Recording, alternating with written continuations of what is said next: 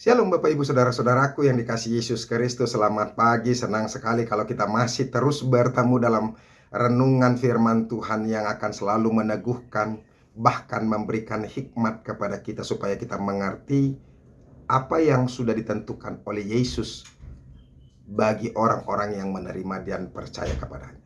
Amin. Bapak Ibu Saudara-saudara, firman Tuhan yang menjadi renungan buat kita hari ini yaitu yang diambil dari Efesus pasal yang pertama ayat yang ke-17. Tetapi sebelumnya marilah terlebih dulu kita menyerahkan hati dan pikiran kita untuk diterangi oleh Roh Allah. Mari kita berdoa. Kasih karunia dan damai sejahtera dari Allah Bapa dan dari anaknya Tuhan Yesus Kristus itulah yang menyertai hati dan pikiranmu sekalian. Amin. Bapak Ibu Saudara-saudara, Efesus pasal yang pertama ayat yang ke-17 dikatakan demikian. Dan meminta kepada Allah Tuhan kita Yesus Kristus, yaitu Bapa yang mulia itu, supaya Ia memberikan kepadamu roh hikmat dan wahyu untuk mengenal Dia dengan benar. Demikianlah firman Tuhan. Bapak Ibu Saudara-saudaraku yang dikasihi Yesus Kristus, ada banyak orang yang percaya kepada Yesus Kristus tapi tidak menyadari ketetapan-ketetapan yang luar biasa yang Tuhan berikan dan sudah tentukan baginya. Sehingga banyak orang sekalipun dia sudah mengatakan bahwa dia percaya kepada Yesus Kristus, tapi hidupnya masih terombang-ambing.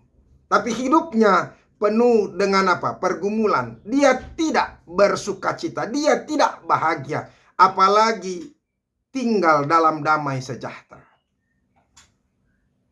Makanya hari ini firman Tuhan mau mengingatkan kita dan Paulus meminta kepada Allah Bapanya Tuhan Yesus Kristus supaya Ia memberikan kepada roh hikmat kepada kita, roh hikmat dan wahyu untuk mengenal Dia dengan baik, mengenal Dia dengan benar.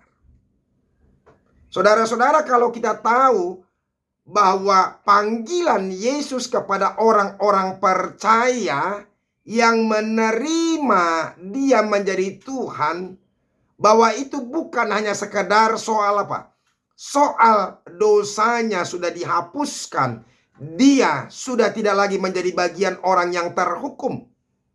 Tapi lebih daripada itu saudara-saudara, dia katakan di ayat yang ke-18, ya, agar kamu mengerti pengharapan apakah yang terkandung dalam panggilannya, yaitu betapa kayanya kemuliaan bagian yang ditentukannya bagi orang-orang kudus. Itu yang pertama, betapa kayanya kemuliaan yang ditentukannya bagi orang-orang kudus. Yang kedua saudara-saudara, betapa hebatnya kuasa bagi kita yang percaya sesuai dengan kekuatan kuasanya.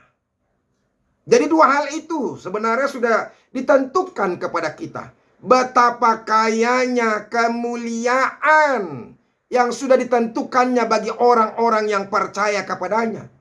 Saudara-saudara, kita bukan hanya sekadar diselamatkan, tapi kita memiliki kemuliaan, melebihi kemuliaan orang-orang yang mempunyai jabatan yang tinggi di dunia ini. Jabatan raja, jabatan presiden, jabatan menteri, gubernur, wali kota, bupati, dan sebagainya. Pejabat-pejabat di perusahaan.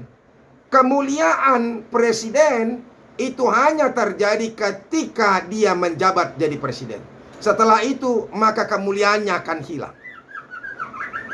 Demikian juga pejabat-pejabat yang lain dan raja juga. Raja dimuliakan ketika dia masih raja, dan ketika dia tidak menjadi raja lagi, maka dia sudah kehilangan kemuliaan. Tetapi bagi orang percaya yang sudah ditebus, kemuliaannya kekal, karena dia akan hidup bersama dengan kemuliaan Kristus Yesus di dalam kerajaan sorga nanti. Tetapi sayang saudara-saudara, banyak orang Kristen tidak menghargai kemuliaan yang telah ditentukan baginya, sehingga dengan mudahnya mereka meninggalkan Tuhan hanya untuk mengejar kemuliaan duniawi yang bersifat sementara dan akan binasa. Saudara-saudara, banyak orang masih mau meninggalkan Kristus hanya untuk kemuliaan sementara, untuk harta, untuk jabatan. Itulah bodohnya orang. Makanya hati-hati. Itu makanya firman Tuhan ini Paulus mengatakan agar kita diberikan roh hikmat dari Roh Kudus Tuhan, supaya kita sungguh-sungguh mengenal Allah kita itu dengan benar, supaya kita tahu apa yang diberikannya, sudah ditentukannya kepada kita. Itu. Jadi makanya saudara-saudara, hanya orang-orang bodoh, dan itu adalah orang-orang Kristen yang bodoh, kalau dia masih mampu meninggalkan imannya hanya untuk mencari kemuliaan, kenikmatan dunia ini, jabatan, kecantikan, kekayaan, dan sebagainya. Padahal hidupnya lebih mulia. Makanya saudara-saudara, orang percaya itu harus percaya diri, karena dia lebih mulia dari apapun yang ada di dunia ini. Itu. Sekalipun mungkin kita tidak dihargai oleh orang lain, tapi Tuhan menghargai kita. Luar biasa bukan? Amin. Bapak ibu saudara-saudara, yang kedua, yaitu dikatakan tadi melalui ayat yang ke-19 ini, betapa hebat kuasanya bagi kita yang percaya sesuai dengan kekuatan kuasanya. Begitu luar biasanya kuasa yang diberikan Tuhan kepada orang-orang yang percaya kepadanya. Yesus berkata dalam firman Tuhan, apa yang kau ikat di dunia ini akan terikat di sorga. Apa yang kau lepaskan di dunia ini akan terlepas di sorga. Bayangkan begitu besarnya kuasa yang Tuhan berikan kepada kita. Saudara-saudara, kuasa yang diberikan Tuhan bukan hanya sekedar kemampuan untuk bernubuat, kemampuan untuk menyembuhkan dan sebagainya, memberikan tanda mujizat, tapi kemampuan kepada kita untuk menentukan segala sesuatu, apakah dia ikut menjadi bagian orang yang ikut dalam kerajaan sorga atau tidak. Saudara-saudara, begitu besarnya kuasa yang diberikan Tuhan kepada kita. Dengan kata-kata kita, ketika roh Tuhan itu ada bersama-sama dengan kita, maka kuasa kata-kata itu akan luar biasa. Setiap kata-kata kita itu akan menjadi menjadi kuasa bagi banyak orang. Nah, oleh karena itu saudara-saudara, mari bersukacita. Makanya orang-orang yang mengenal Tuhan yang benar dan mengerti apa yang sudah ditentukan oleh Tuhan bagi kita orang percaya, hidupnya pasti bersukacita, hidupnya pasti percaya diri. Dia tidak akan ragu-ragu, dia tidak akan pernah terombang-ambingkan dengan kehidupan duniawi lah. Nah, oleh karena itu saudara-saudara, mari minta hikmat dari roh Tuhan, supaya kita bisa mengenal siapa Allah yang sudah memberikan sesuatu yang sudah ditentukan kepada kita orang-orang yang percaya kepada Yesus Kristus.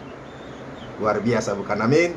Bapak ibu saudara-saudara, biarlah firman Tuhan ini meneguhkan kita. Setiap orang yang percaya semakin yakin dan semakin percaya diri, dan tidak perlu ragu-ragu dalam banyak hal. Tuhan Yesus memberkati. Amin. Terima kasih Tuhan untuk firman-Mu, berkatilah itu.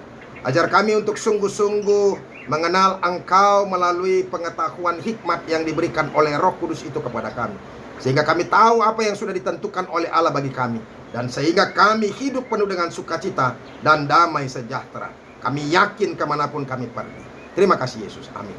Bapak ibu saudara-saudara, kita sudah dengarkan firman Tuhan. Tetap semangat, tetap percaya kepada Tuhan. Tuhan Yesus memberkati kita. Sampai ketemu besok. Salam.